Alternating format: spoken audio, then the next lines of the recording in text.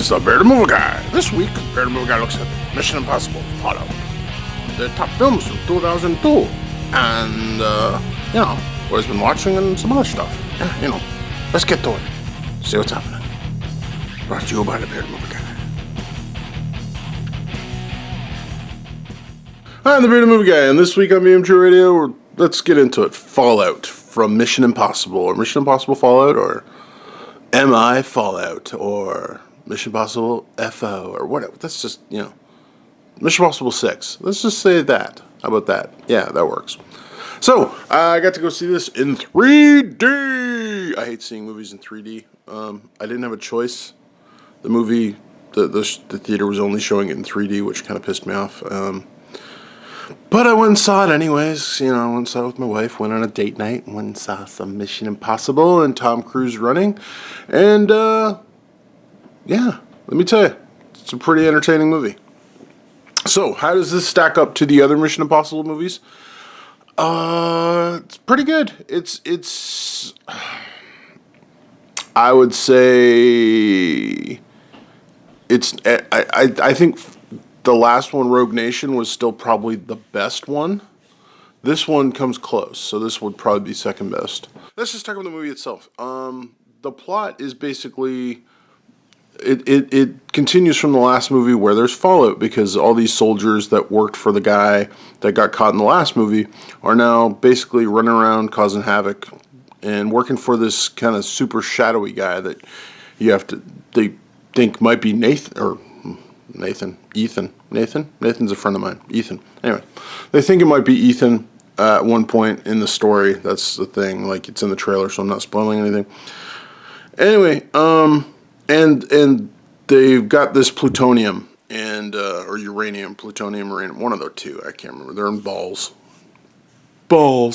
Anyway, so they got that, and they're searching for them, and Hunt's team loses them, and then they got to get them back, and it's all the story of that, and it is a big action ride. I gotta tell you, there's the action scenes, as all Mission Impossible action scenes are, very impressive.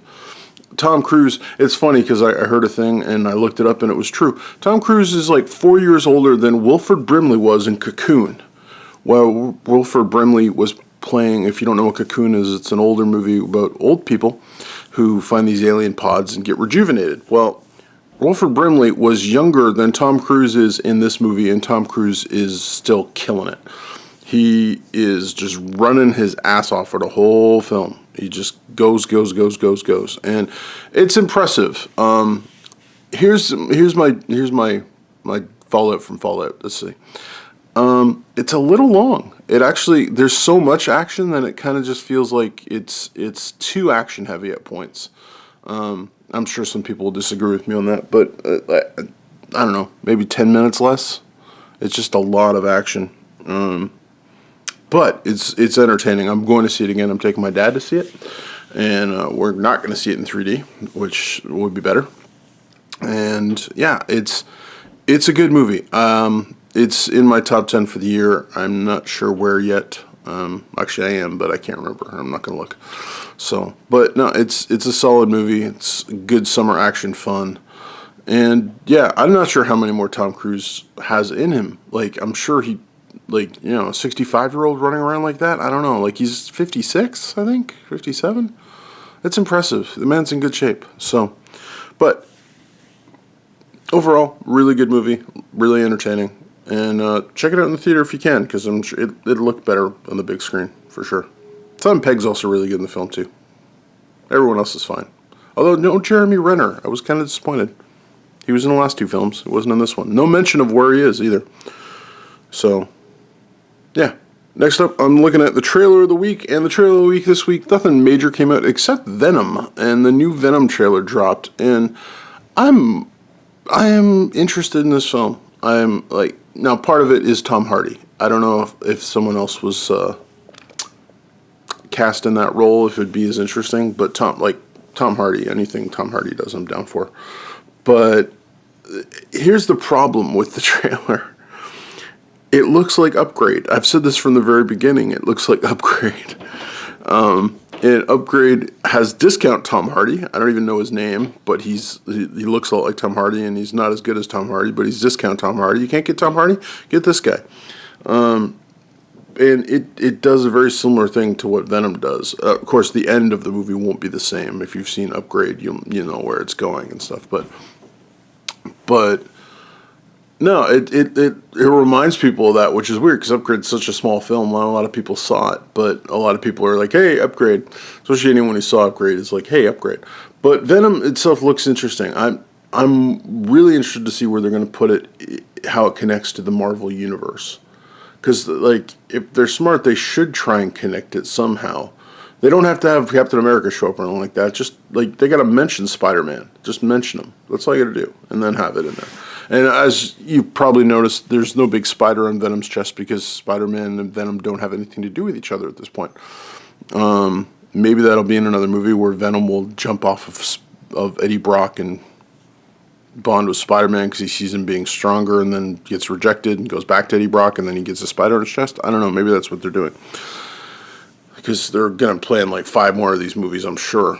But check out Venom, the new Venom trailer, the longer Venom trailer, full effects. You can see it's some of the things that happened in the first Venom trailer where you're like, why did those vans flip over? It was because Venom literally reached out and grabbed their wheels and turned them inwards. And I was wondering that when that came down, so check out Venom trailer. Let me know what your thoughts on the Venom trailer are. So next up is top 10 films from 2002. We're working backwards to the 2000s for anyone who's like, why 2002? We started in 2010 and now we're at 2002. It's been a while doing this, so I'll give you really quickly, the top 20 or 11 to 20.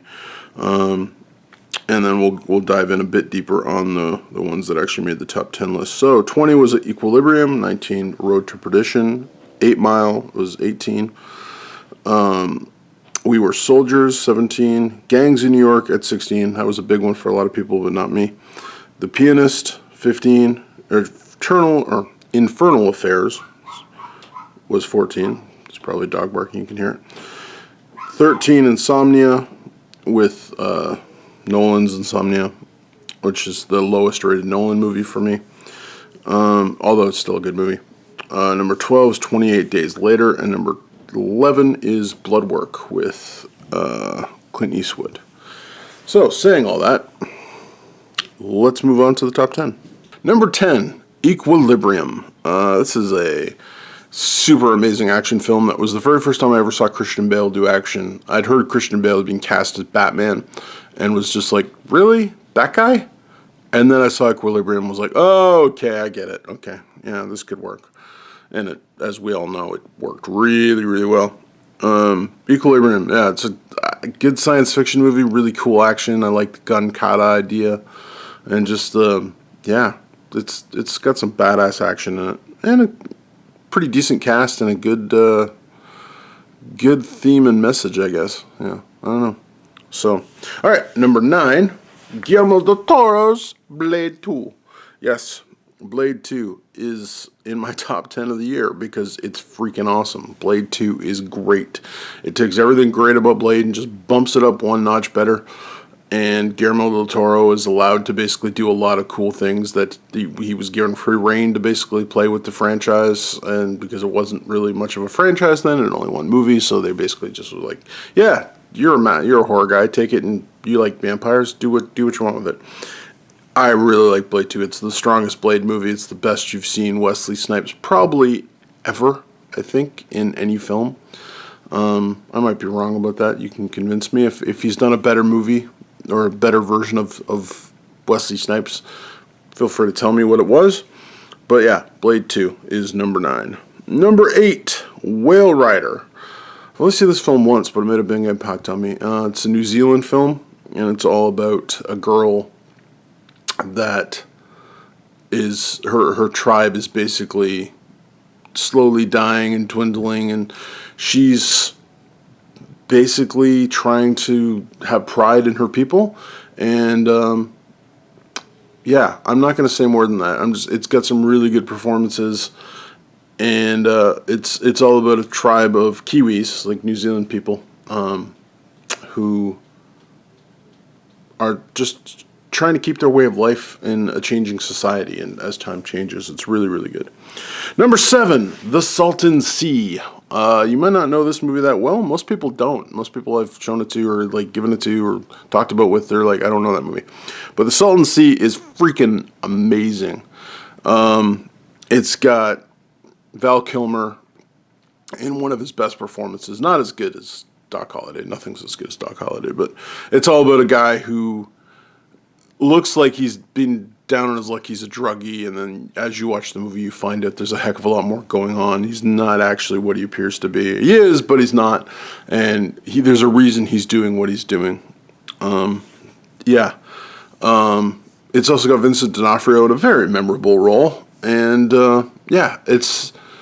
it's a drug movie. It's a revenge movie. It's a crime movie. You need to see The Salton Sea if you haven't seen it. You should check it out. Number 6, M. Night Shyamalan's Signs. Signs, like, I know people will talk about the downfall part of Signs is the fact that, like, you know, if you know the ending, I'm not going to give away the ending for anyone who hasn't seen it because my daughters haven't seen Signs yet. But the weaknesses of the aliens, yeah, okay, it's a little weird, but I'm assuming they just don't know and haven't really thought about it, and it's one of these things that, you know, it's kryptonite. You don't know kryptonite kills you until kryptonite kills you. So, yeah, I think Signs is really well made. Mel Gibson is great in it. Joaquin Phoenix. The kids are good. It's a solid, really well made psychological horror movie and literal horror movie.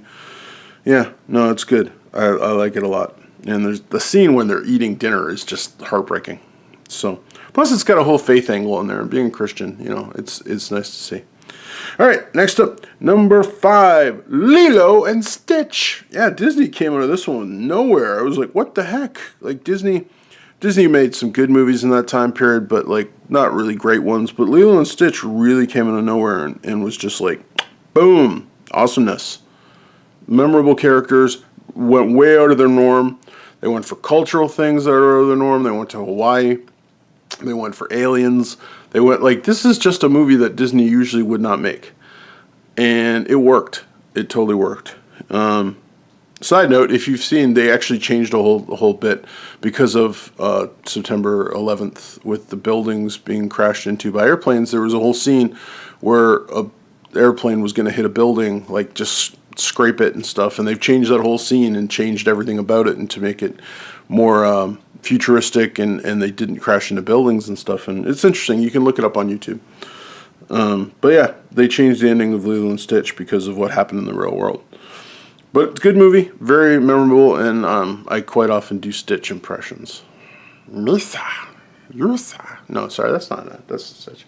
That's, what's it called? No, Stitch is, Ohama means family. Family means no one gets left behind or forgotten. It's little and broken, but still good. Yeah, so I do that all the time. A lot of time when my kids were younger, I'd do it. Not so much anymore. I got teenagers now. I still do it, though. Anyway, moving on. Number 4, You Could Be My Hero. I don't know what I was doing there, but Hero with Jet Li. This is a fantastic film. It is one of the best uses of Color I have ever seen in a film. It just, the costume design and the colors, it's just beautiful. Plus the action freaking kills in this movie. It's got some insanely good action. Jet Li, Donnie Yen, and the story is really, really interesting. Yeah. So if you haven't ever seen Hero, check that out. It's a must-see for action fans and for martial arts fans and for people who like colorful costumes. Next up, the first Bourne movie, Bourne Identity. This is the first one on the list that I believe gets a 5 out of 5 on my list. I love the first Bourne movie. I love all 3 Bourne movies. I like the 4th Bourne movie. I'm not big on the 5th Bourne movie. Well, that's just life. But the first Bourne movie is fan-freaking-tastic. a guy who has no clue why he can do all these amazing things, why he can remember every license plate in the parking lot, why he knows he can do certain things. When someone taps him, he could break their fingers in 5 seconds and I'm on the ground crying. Like, he doesn't even know how he's doing any of this stuff. And then the whole story surrounding it with the cast that it has, with Chris Cooper and stuff. It's just gold. Matt Damon, freaking awesome. Love the Bourne movies. Again, not the fifth one. But the original 3 are fantastic. And this was the thing that started it off. All right. Number 2. And this only reason this isn't number 1 really is because, well, number 1 is, if you consider the Lord of the Rings movies as one movie, which I usually do, but because they're broken up into 3, I gotta split them up into 3. But if like, they're the best movie for the years they're out. But because this one's the second one in particular, and the second one's a transition film, I'm not saying it's the best movie of that year. There's one film better. But Lord of the Rings Two Towers is fantastic. It's great. It's awesome. It's epic. It's beautiful. It's acted well. It's Lord of the Rings, the Two Towers. There's, like, Ents and freaking wizards, and it's the Battle of Helm's Deep. It is awesome. But it's number 2. Because number 1 is a film that I almost actually watched last night, but we didn't. The Brazilian movie, City of God. This movie is just pretty much solid in every way possible. It's got great performances. It's beautiful. It has a compelling story. It's in Portuguese. There's your downfall for someone who won't read subtitles. Sadly, my youngest daughter is dyslexic and can read subtitles to a degree, but it depends how fast they go on and how big the words are. But that's a small struggle overall. This movie is freaking amazing. City of God is just one of those movies that's just like, holy crap, where'd that come from? It's like, I don't know any of the cast because they're all Brazilian and stuff, but it is just fantastic. The filmmaker went on to make,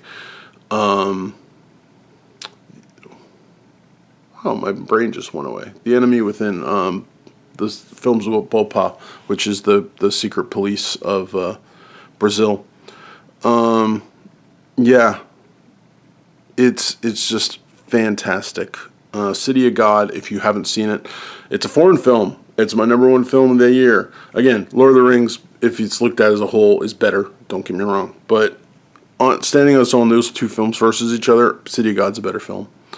And yeah, that's my number 1 film of the year. Let me know what your top 10 is, or top 5, or what your number 1 is, or if you think I'm nuts on any of those picks, or if I missed something you think is incredible. Last up, because I didn't get any Q&As this week, as far as I know, I'm just going to talk about my Letterboxd. Letterboxd, again, is a great site. You can go on, you can follow people, you can follow other famous YouTubers, not me, and all my friends are on Letterboxd, and we get to see what they're watching and what they rate it and all that kind of stuff, write little reviews. So if you want to check me out on Letterboxd, it's Bearded Movie Guy, as most things are. And I watched a bunch of things in the last couple weeks. So as a terrible parent, I have a 14-year-old and a 16-year-old, and being the terrible parent I am, and it's okay because like 4 people are listening to this at this point, I showed my daughters Kill Bill. We watched Kill Bill, the first one, which is 5 out of 5, amazing, phenomenal movie. Yeah, it's Kill Bill. It's great. In between that, I watched Equalizer 2. I did that for work. It was pretty cool. I enjoyed it. Very good movie. Not as good as the first Equalizer, but not bad at all. I give 3.5 beards out of 5 for that one. And then the next night, I watched Kill Bill 2 with my daughters, which is not as good as Kill Bill 1. Kill Bill by itself, if it's one film, I'd probably have to give it a 5 out of 5. But if we're splitting it into parts, number 1 is easily a 5 out of 5. Number 2, I would give 4 out of 5. It's just not as epic and solid. If you put it all together, it at least gets 4.5. But I'm thinking I would hang it 5 because of just how epic it is all together. But I don't have it all together. I hear there is a cutout there of it all together. I haven't seen it. But anyways, so yeah, we watched that and completed that, and my daughters saw their first Tarantino films. Yeah. So, and they loved him. I'm a terrible parent. All right, so moving on. I watched on Netflix, I watched Sniper, which is an old film from 1993 with, I totally can't remember who's in that film now. Billy Zane and Tom Berenger. And it's interesting. It's I'm not sure how realistic it is from sniper points of view. I don't know any snipers. I'm pretty sure it's not super realistic from sniper. Like, I know certain things they do in the film are very unrealistic, like shooting through a scope, like to another person's eyeball. You can't really do that. Mythbusters tried that. You could maybe pull it off if you were really lucky, but and it's not the way you want to kill someone really. But overall, it's an interesting film. I wouldn't necessarily say run out and watch it, but it was on Netflix, so I didn't pay anything more than what I already pay monthly. And I give it 3 beards out of 5. Next up, my daughter got to pick a movie, and she picked Lake Placid with Betty White and the whole rest of that cast, which is actually a really solid cast. So, like, you have Bridget Fonda, you have Brendan Gleeson. My brain's not working. Who else is in that movie? Anyways, there's a bunch of good people in that movie. You're going to probably, like, if you've seen the movie, you'll know who I'm talking about. And the effects, for being a movie that was done in 1999, the effects on the crocodile is still pretty freaking good. I'm not saying it's the best ever, but it's still, like, there wasn't a time that I'm like, oh my lord, that looks awful. So that's saying something. It's a fun movie. Betty White swears a lot, which is funny when she's on screen. So yeah, I enjoy that. I give it 3 beards out of 5. It's very watchable. Next up, I watched something called The New Barbarians, which I watched on Amazon Prime, which actually listed it as something else. It gave it a different name, but anyways, The New Barbarians, which is a 1983 film, which is not good at all. It's a post-apocalyptic film with people in a lot of shiny silver cars and terrible hairstyles, and it's like the future, but it's apocalyptic. So you'd think that nothing would work, but they have all these fancy cars, and then like all the bad guys wear the similar uniforms, and I'm like, who the frick is sewing these uniforms for these people? Where did they find them all? And like the one guy's hair is so coiffed it's impossible. It's not a good film. I'm not really suggesting you watch it. The New Barbarians. I give it 1.5 out of 5. Yeah. I've been watching a lot of barbarian type post-apocalyptic or like films from the 80s because I missed them all when I was a kid and I want to see them. But some of them are fun. Some of them, like Deathstalker, was all right. It was bad but fun. This one was just bad. So next up, I watched None But the Lonely Heart on Turner Classic Movies, which is a film from 1944 starring Cary Grant, and it's I'll be honest, it's a bit of a down note film. It's basically about a guy who like just wants to be able to do whatever he wants to do, and meanwhile he gets basically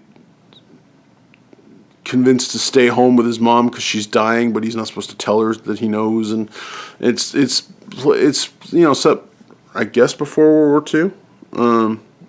From the look of it, and it's just he runs into trouble. He meets a girl. He falls in love with the girl. The girl's ex-husband is a mobster. He ends up working for him, and it ends on a very down note. Let's just put it that way. It's not a fun film. It's interesting, but not fun. I'd give it 3 out of 5. I wouldn't say you have to run out and see it though. But it's if you like tragedies, I guess. I don't know. Next up, Mission Impossible Fallout, which I give 4 out of 5 to. So I saw it in theater. Then I watched this movie. I don't know. Let me know if you've seen this movie. The Killing of a Sacred Deer. I didn't know anything about the movie. I've just heard that a few people talk about that they liked it. And so I put it on, didn't know a thing about what it was about, and I'm not going to tell you what it's about. I'm just going to tell you it's really unsettling. Yeah, It's just unsettling. It's a movie where it's like the acting is good, the cast is good. It's got Colin Farrell and a bunch of other people. My brain just went away. Nicole Kidman and some other people, and it's just very unsettling. Even the way it's filmed is unsettling, and the music is unsettling. But it's one of those horror type movies that is just like, it's a very slow burn horror, and it leaves you with tons of questions at the end. Like, I'm not sure what went on there and stuff. Like, it's not super crazy. Like, as in, like, I have no clue what's going on. It's just the things that are happening. You're not sure how they're happening and why they're happening, or you know why they're happening, but how they're happening. And it was well filmed and looked good, and like it did exactly what it was supposed to do. I'm guessing, which was be unsettling. So for that, I give it 3.5 beards out of 5. But I never need to see that again. And yeah. It's Another movie I need to see again is Laser Mission. I've seen this poster when I was younger for Laser Mission. I thought I'd seen this movie, but apparently I hadn't. It's got Brandon Lee. This must have been one of his first films, and it's from 1989. It is bad. Laser Mission is bad. Like, even the action, which Brandon Lee was known for as being decent, was bad. Everything about this movie's bad. It has a few comical moments, and like some stuff that's not supposed to be funny but was funny. You know what I mean? But overall, Laser Mission, bad. Unless you love Brandon Lee, don't watch this movie. Just skip it. I give it 1.5 beards. Coming to the end almost, we watched, every month we watch a Hitchcock film in my family. My daughters love Hitchcock. My youngest daughter, it's her favorite director. And we watched Shadow of a Doubt from 1943. This is a fantastic movie. This is well made. It's not fast-paced, but it's really well made. It's got a lot of the tension that Hitchcock is known for. It apparently is Hitchcock's favorite film that he ever made, which I don't know if I see that, but his daughter says it's his favorite film. There's a thing that I watched afterwards where like they talk about it, and his daughter does a lot of interviews and stuff, and like she's much older now, and but it's basically about a family that their uncle visits, and then you start finding out that their uncle may be a bad guy, and there are people looking for him, and the youngest, or not the youngest daughter, the oldest daughter loves the uncle, thinks he's great, and then slowly starts questioning that and having a shadow of a doubt about her uncle, and that's why the title's got Shadow of a Doubt, I'm assuming. It's Hitchcock. It's well made all around, and it's got some beautiful like cinematography. A couple of key scenes are just like, wow, that was really nice. So I highly recommend it. I give it 4 beards out of 5. I don't think it's his best work, but apparently it was his favorite. And lastly, last night we watched Gladiator. First time I got to show this to my daughters. They've never seen it before. Gladiator is epic in every single way. It's probably Russell Crowe's best film. It's Ridley Scott top 5 easily. It's epic. It's beautiful. It's harsh. It's like it looks so nice. Like, not, there are parts of it that look terrible, but they're supposed to look terrible. The action's pretty decent. Russell Crowe is just on point being Russell Crowe. It's funny looking at him now and looking at him then. It's like he was so buff and just ready to kill people.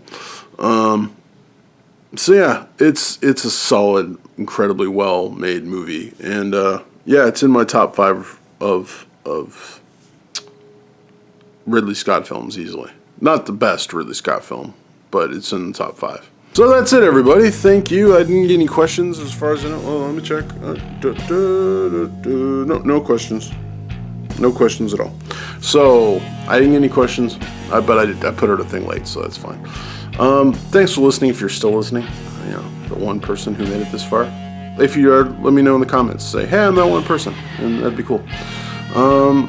I think I'm gonna keep doing these, even though I'm getting very little response. But I don't care. I'm just gonna keep doing it. Anyway, thanks for listening. If you've listened this far, let me know if there's anything you'd like to see in upcoming, any questions you have that I'd love to answer. And until next time, stay better, and as always, YouTube safe.